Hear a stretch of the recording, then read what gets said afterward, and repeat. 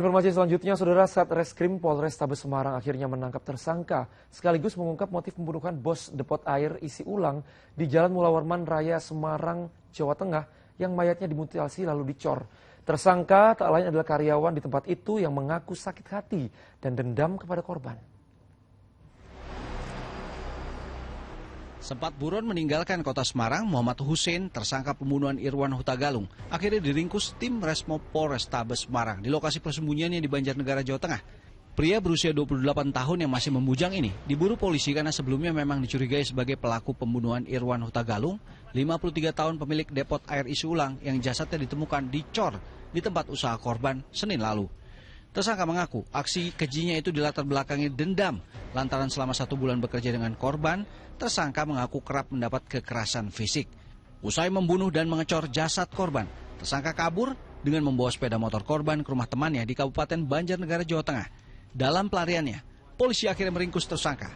Polisi terpaksa melumpuhkan tersangka dengan timah panas saat penangkapan. Saya merasa sakit hati, saya sering dipukuli. Sakit hati? Iya. Kamu sakit hati kepada korban? Iya. Karena sering dipukuli? Iya. Kenapa dipukuli? Ya karena setiap ada kesalahan kecil, pasti dia main tangan. Menyerahkan diri ke polisi, keenakan pihak kepolisian.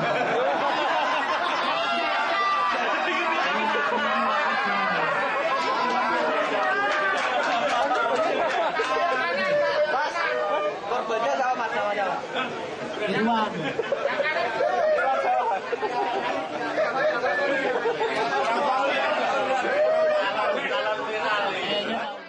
Para bersangkutan akan dijerat dengan pasal KUHP pasal 340 pembunuhan berencana, di mana disebutkan dalam pasal itu ancaman hukumannya hukuman 20 tahun penjara.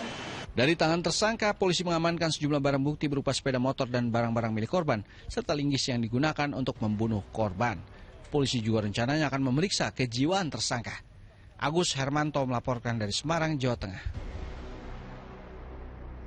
Ya, nah tersangka nih David ternyata juga merasa tidak menyesal ketika sudah membunuh korban ya. Iya, kalau melihat dari gestur juga dari mimik wajah, sepertinya tidak merasa terbebani juga setelah membunuh ya, menghilangkan nyawa. Ya, untuk itu nih polisi sedang melakukan pemeriksaan kejiwaan terhadap tersangka karena melihat bahwa ya dari jawaban tadi kalau misalnya menyerahkan diri kenapa nggak menyerahkan langsung ke polisi. Keenakan polisinya ya.